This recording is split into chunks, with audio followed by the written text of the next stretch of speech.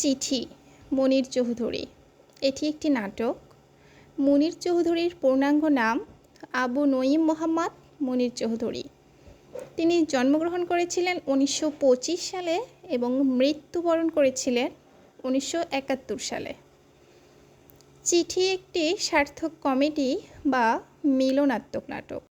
নাটকটি 3টি অঙ্ক নিয়ে রচিত।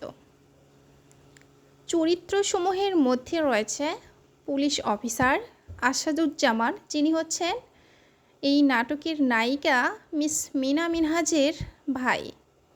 অধ্যাপক প্রক্টর, যিনি কলেজের শিক্ষক, তিনি হলেন বদরুল হাসান। ছাত্রদের মধ্যে রয়েছেন সোহরাব, খালেদ, তারেক, রমিজউদ্দিন, আফতাব, খয়ের। ছাত্রীদের মধ্যে রয়েছেন মিস মিনা মিনহাজ এবং মিস রোমা জোয়ারদার। সোহরাবের টিউটোরিয়াল বা নোট খাতার ভেতরে একটি চিঠি ছিল। চিঠিটির লেখক ছিলেন খালেদ। খালেদ তারেকের মনের ভাব সেখানে বাংলায় লিখে দিয়েছিল। বরাবর তহমিনা এবং রুস্তম ছদ্মনামে খালেদ তারেকের ব্যাকুল প্রেমানুভূতি সেখানে লিখে দেয়। তারেক সেমিনারের সময় খাতাটি পড়ছিলেন। এমন সময় মিস মিনা মিনহাজ খাতাটি তার কাছ থেকে নিয়ে নেয়। সোহরাব জানতে পারে তারেকের কাছ থেকে মিনা খাতাটি নিয়ে নিয়েছে। সোহরাব মিনাকে দু চোখে দেখতে পারে না।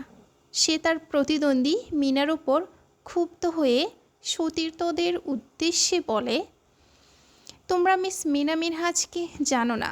পরীক্ষার ব্যাপারে সে একেবারে রাক্ষসী। প্রতিদ্বন্দ্বীকে ঘায়েল করতে ওর কহুকের অন্ত নেই। আমার খাতাটিও চিবিয়ে খাবে, নিজেরগুলো তার সঙ্গে মিশিয়ে চিবোবে। তারপর পরীক্ষার খাতায় সেসব জিনিস এমনভাবে উগলে দেবে যে সাধ্যকে যে পরীক্ষকরা তাকে দ্বিতীয় স্থানে ফেলে রাখে, সেই শোকে আমি মোহমান। সোহরাব নিজের পরিচয় দিয়েছে এইভাবে, আমি খালেদ নই, ক্রীড়াশীলতা আমার স্বভাব নয়, আমি জঙ্গি মেজাজের ছেলে। সোহরাব তার নোট খাতা, টিউটোরিয়াল খাতা উদ্ধারের জন্য থানায় অজ্ঞাত ব্যক্তির নামে ডায়েরি করে। বিশ্ববিদ্যালয়ের প্রক্টর রুমাকে অপছন্দ করতেন, কারণ তার মতে রুমা শ্রেণীকক্ষে বেশি নড়াচড়া করে। চুপ করে বসে থাকলেও তার অঙ্গ নড়ে, মাথার উপর থেকে কাপড় পড়ে যায়, হাসির শব্দ অনেক বেশি। এই জন্য রুমা প্রক্টরকে দেখলে দূরে লুকিয়ে পড়ার চেষ্টা করেন। অন্যদিকে মিনার 5টি রাব খাতা চুরি হয়। সেগুলো রমিজউদ্দিন, আফতাব, খয়ের পরামর্শ করে খয়ের চুরি করে এনে তা খয়ের টিনের বাক্সে লুকিয়ে রাখে। সোহরাব আড়াল থেকে এসব কথা শুনে ব্যাট হাতে ভেতরে প্রবেশ করে। খয়েরের কাছ থেকে খাতাটি নিয়ে চলে যায়।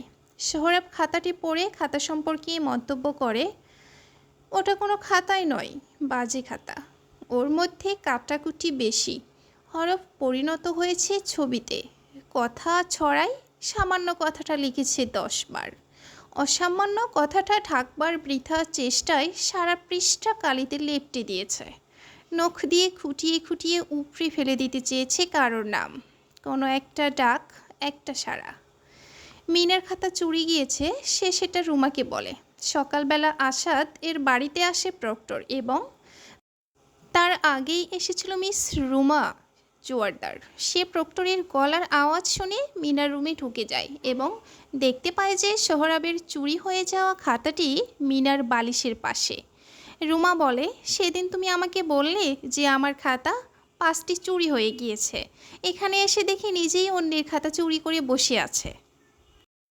বাহিরে বসে হাসানকে মিনার ভাই আসাদ বলে, শুনলাম তোমাদের বিশ্ববিদ্যালয়ের সোহরাব নামের একটা ছেলের খাতা হারিয়ে গিয়েছে। সেই খাতা উদ্ধারের জন্য ছেলেটি থানায় ডায়েরি করেছে। এমন সময় মিনা এবং রুমার কথার কাটাকাটি হয়, খাতা টানাটানি হয় এবং একটা পর্যায়ে মিনা রুমার মাথার চুল টেনে ধরলে মিনার ভাই আসাদ মিনাকে টেনে সরিয়ে নিয়ে যায় এবং প্রক্টর রুমাকে টেনে সরিয়ে নিয়ে যায়। খাতার ভেতরে যে চিঠিটি ছিল সেটি আসাদ এর কাছে চলে যায় এবং মিনা আসাদকে চিঠিটি না পড়তে অনুরোধ করে। আসাদ এর কাছ থেকে চিঠিসহ আরও কিছু কাগজ প্রক্টর নিজের ব্যাগে গুজে নেয়। এদিকে আফতাব, খয়ের, রমিজউদ্দিন পরীক্ষার তারিখ পেছানোর জন্য আমতলায় এক বিরাট সভার আয়োজন করে। সেখানে সোহরাব, তারেক, খালেদ, আফতাব, রমিজউদ্দিন, খয়ের সহ রুমা, মিস মিনা মিনহাজ সকলেই উপস্থিত হয়। এখানে রমিজ সভাপতির দায়িত্ব পালন করেন। এখানে সোহরাব মঞ্চে উঠে তার মতামত ব্যক্ত করেন যে তিনি কোনোভাবেই বিশ্ববিদ্যালয়ের কর্তৃপক্ষের দেয়া পরীক্ষার তারিখ পেছানোর পক্ষে নন। সকলের মধ্যে থেকে মিনা চিৎকার করে বলে ওঠে যে আমি কিছু বলতে চাই। সে মঞ্চে এসে বলে আমি পরীক্ষার তারিখ পেছানোর পক্ষে। মিনার বক্তৃতাকে আফতাব বিজয় দেখে তিনি বক্তৃতা শুরু করে দেন। সে বলে চিঠি এসে গেছে সংগ্রামের, চিঠি এসে গেছে প্রতিটি সংগ্রামী ছাত্রের হৃদয়ে হৃদয়ে। চিঠি এসেছে আগামী দিনের ছাত্রশক্তির বিজয়ী বার্তা বহন করে। মিনা বিভাগীয় সেমিনারের দিনে তারেককে সোহরাব এর খাতাটি দিয়ে বলে যে তোমার থেকে নিয়েছিলাম খাতাটি, তাই তোমাকেই দিয়ে দিলাম, ধন্যবাদ। তারেক বলে খাতাটি আমার নয়, তাই আমাকে অযথা ধন্যবাদ দিচ্ছেন। মিনা চলে গেলে তারেক পাগলের মতো খাতা উল্টাপাল্টা করে চিঠিটি খুঁজতে থাকলে মিনা এসে বলে আপনার কিছু খোয়া গিয়েছে নাকি? তারেক বলে না না। এদিকে প্রক্টর রাত বিরাত তার দায়িত্ব পালন করে যাচ্ছে। সে চিঠির প্রকৃত লেখককে খুঁজছে অনেক রাতে। সে ঘোরার সময় সোহরাবদের রুমের ভেতর কথা শুনতে পেয়ে দরজায় নক করলে সোহরাবের ইশারায় তাকে তারেক দরজা খোলে।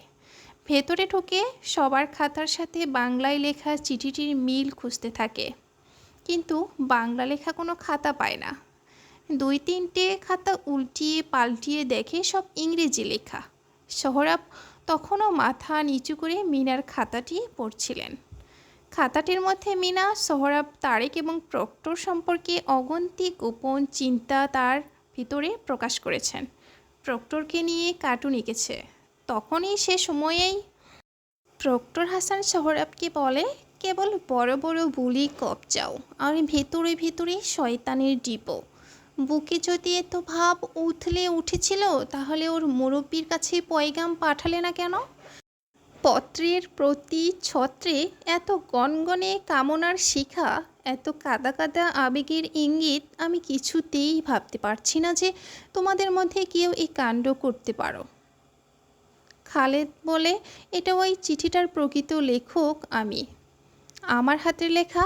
আমি আপনার সামনে পরীক্ষা দিতে রাজি আছি। যাওয়ার সময় সোহরাবের কাছ থেকে মিনার খাতাটি নিয়ে যায়। প্রক্টর জানতো না সেটা মিনার খাতা ছিল। প্রক্টর খাতায় দেখতে পায় মিনা তাকে নিয়ে অনেক কার্টুন এঁকেছে। প্রক্টর একথা আসাদকে বলে দেয়। আবার এদিকে মিনা যে পরীক্ষা না দেওয়ার পক্ষে মঞ্চে বক্তৃতা দিয়েছে সে কথাটিও রুমা আসাদকে টেলিফোন করে জানিয়ে দেয়। এদিকে খয়ের মিনাকে বলেন যে তার একটি খাতা সোহরাব এর কাছে আছে। এমন কথায় মিনা শোকে কাঁদছেন। হঠাৎ প্রক্টর হাসান এসে বলে মিনা মুখ তোলো, যে মহামূল্যবান খাতার জন্য শোক করছো সেটা নিয়ে এসেছি। প্রক্টর পোর্টফোলিও ব্যাগ থেকে খাতা বের করে খাতা সজোরে ছুঁড়ে মাটিতে ফেলে দেয়। ধরো, এই তোমার খাতা। তুমি আমাকে নিয়ে কার্টুন আঁকো? ভেবেছিলাম ছেলেরাই বদমায়েশের হদ্দ, তুমি কম নির্লজ্জ নও। মিনা হাসান এবং খয়ের দুজনকেই চলে যেতে বলেন।